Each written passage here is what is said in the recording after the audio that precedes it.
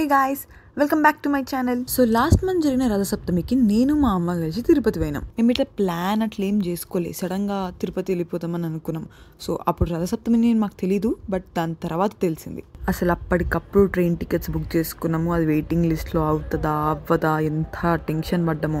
Train tickets అయితే RAC confirm అయింది. ఇంకా ట్రైన్ ఎక్కేసి అక్కడ నుంచి తిరుపతి వెళ్ళిపోయి అక్కడ అలిపిరి మెట్లు ఎక్కేసి కొండ మీదకి వెళ్ళిపోయినాం. మేము చిన్నప్పటి నుంచి మాక్సిమం తిరుపతికి మెట్లు ఎక్కి వెళ్ళినాం. ఒక 2-3 టైమ్స్ రోడ్ త్రూ వెళ్ళినాం అంతే. అసలు తిరుమల కొండ మొత్తం జనాలతో నిండిపోయినారు. ఒక రూమ్ కూడా ఖాళీ లేకుండే.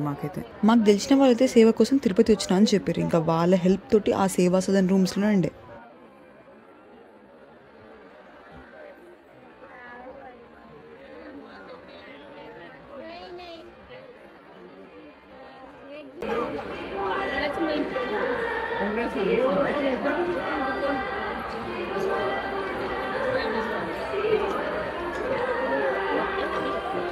అసలు కొండ మీద ఎక్కడ చూసిన దీపాలు, లైట్స్, డెకరేషన్స్, ఫ్లవర్స్ మొత్తం అసలు అబ్బబ్బబ్బా మెరిసిపోయింది. అండ్ ఎక్కడ చూసినా ఎవరికి ప్రాబ్లం కాకుండా ఫుడ్, వాటర్ మాత్రం అవైలబుల్ పెట్టారు.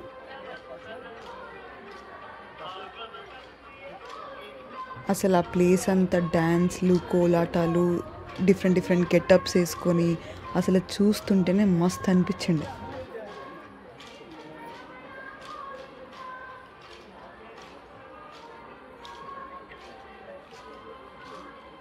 అండ్ మాకు తిరుపతికి వెళ్ళిన తర్వాత తెలిసిన మ్యాటర్ ఏంటి అంటే, అప్పుడు దర్శనం టికెట్లు కానీ ఎస్ఎస్డి టోకెన్స్ కానీ అన్నీ ప్రొవైడ్ చేయడం బంద్ చేశారని. అప్పుడు ఓన్లీ ఫ్రీ దర్శనం మాత్రమే ఉండే.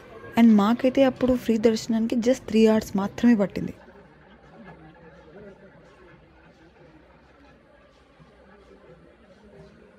మేమేం అనుకునే అంటే, అరే ఇప్పుడు జనాలందరూ మహాకుంభమేళాకి వెళ్ళిపోతారు కదా, సో తిరుపతి అంతా ఖాళీగా ఉంటుంది, మనం ఏ దర్శనానికైనా జల్దీ వెళ్ళిపోతుంది, అసలు పెద్ద టైమే పట్టదని అనుకుండే.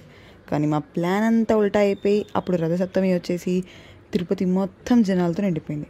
కానీ స్టిల్ మాకు ఫ్రీ దర్శనం 3 hours పట్టింది అంటే మేమే షాక్ అయిపోయినాం. కానీ దర్శనం మాత్రం అద్భుత.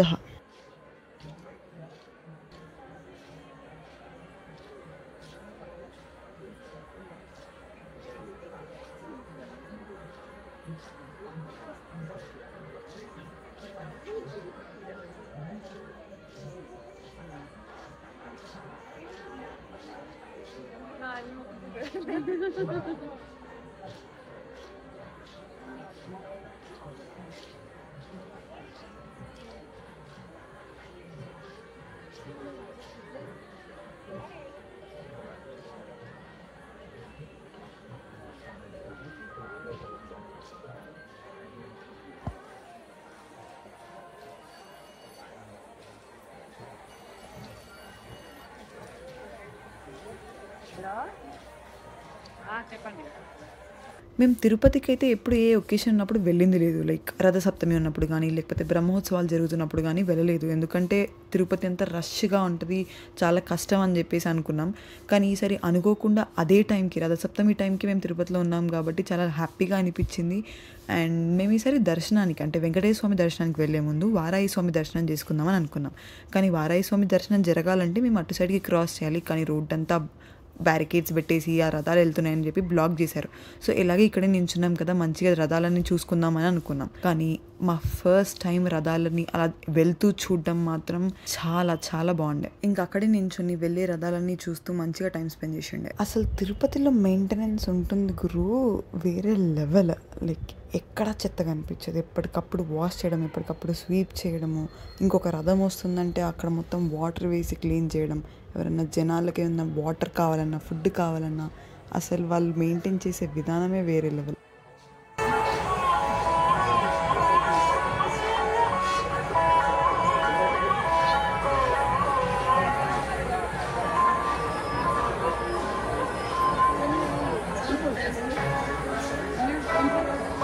కృష్ణుడా అదే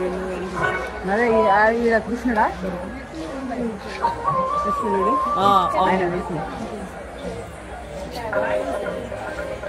మరి వీళ్ళందరూ పోలేదు, ఆయన ముందర సాగాలి.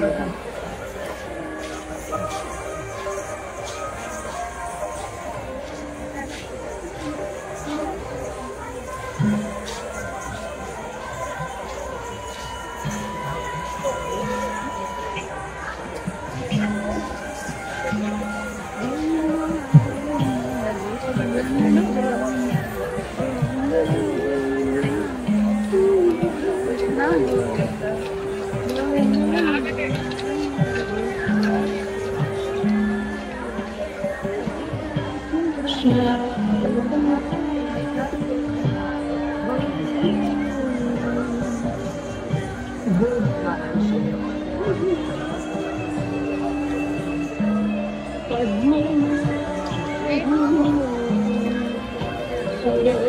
తిరుపతిలో వెంకటేశ్వర స్వామి తర్వాత లడ్డు తర్వాత నచ్చే మూడో ముఖ్యమైన విషయం ఏంటి అంటే స్పీకర్స్లో వెంకటేశ్వర స్వామి నామాలు వినిపించడం.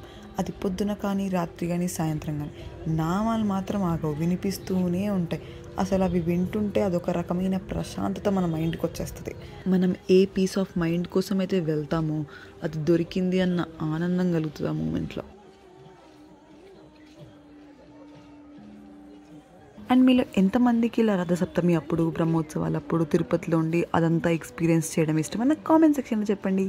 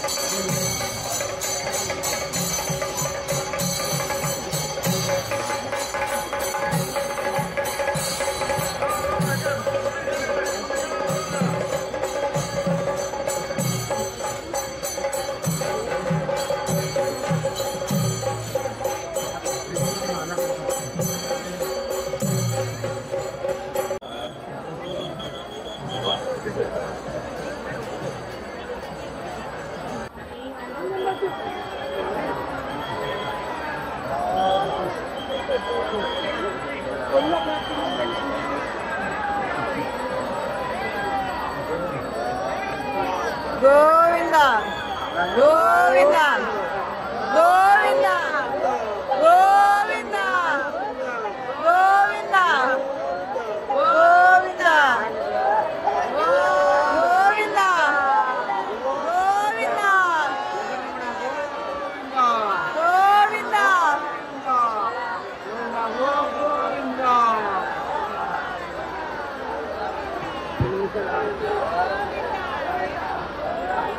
ఇంకా రథాలు చూసుకున్న తర్వాత దేవుని దర్శనానికి అయితే వెళ్ళిపోయినాము. దర్శనం తృప్తిగా చేసుకొని లడ్డు కడుపు నిండా తినేసిన తర్వాత రూమ్కి అయితే వెళ్ళిపోయినాం. ఇంకా రూమ్కి వెళ్ళిపోయి బెడ్ మీద కూర్చొని ఆ కాళ్ళ నొప్పులతో అలిసిపోయి సొలిసిపోయి పడుకున్నాం. నెక్స్ట్ డే ఎప్పుడు లేచినామో కూడా గుర్తులేదు. ఇంకా అలా మా తిరుపతి ట్రిప్ అయితే అయిపోయింది. మీకు ఈ వీడియో నచ్చితే లైక్, షేర్ అండ్ కామెంట్, అలాగే సబ్స్క్రైబ్ చేసుకోవడం మర్చిపోకండి. అందరూ గట్టిగా చెప్పండి గోవిందా గోవిందా.